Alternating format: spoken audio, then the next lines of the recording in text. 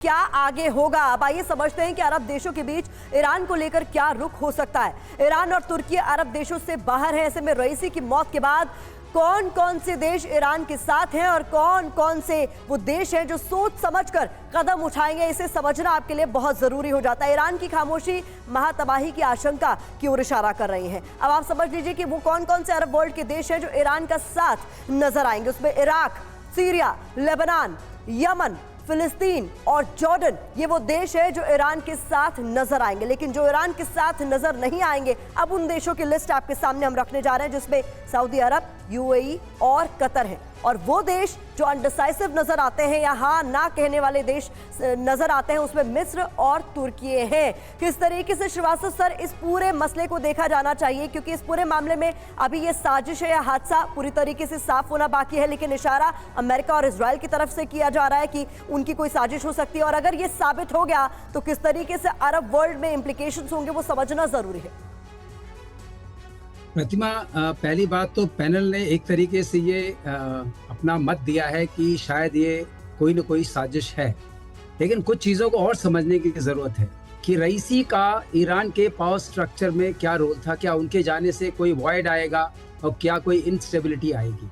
तो यहाँ मैं थोड़ा सा दर्शकों को बताना चाहूँगा कि सुप्रीम लीडर जो हैं, जो उनके सुप्रीम लीडर हैं, IRGC उनको रिपोर्ट करती है डायरेक्टली, और उनकी जो सुप्रीम नेशनल काउंसिल है वो भी डायरेक्टली खामेनी को रिपोर्ट करती है।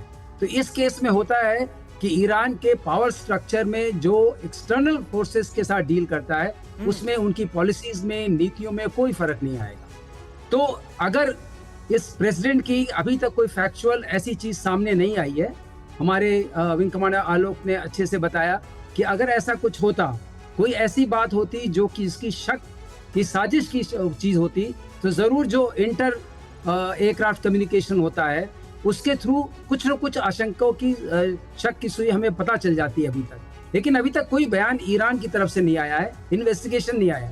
और दूसरी बात, श्रीवास्तव जी, क्या ये शक पैदा नहीं करता, क्योंकि कुछ खबरें ऐसी भी आ रही हैं जिसमें ईरान में अपनी इंटरनल फाइट जो चल रही है उसका ये नतीजा हो सकता है। इस ओर भी इशारा किया गया है। खुमैनी के बाद खामेनेई के बाद उनके बेटे, लेकिन कुछ लोग कहने लगे थे कि नहीं, इब्राहिम रईसी।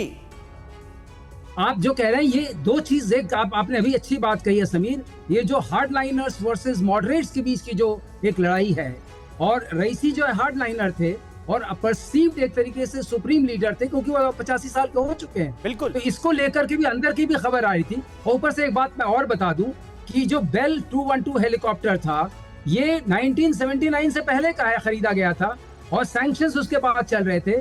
उसकी रख रखाव जो हो रही होगी उसके लिए सामान कहाँ है? तो ये इस जहाज में प्रेसिडेंट को ट्रैवल करना और उनके साथ फॉरेन मिनिस्टर को ट्रैवल करना, उनके साथ उस गवर्नर को ट्रैवल करना, ये बात थोड़ी समझ में नहीं आ रही है। नेक्स्ट इन लाइन, इसको लेकर भी कहीं ना कहीं इंटरनल ये पूरा मामला हो सकता है जिस पर ध्यान देने की जरूरत है। जो होता है ना, ये और भी मजबूत तरीके से शक पैदा कर रहा है।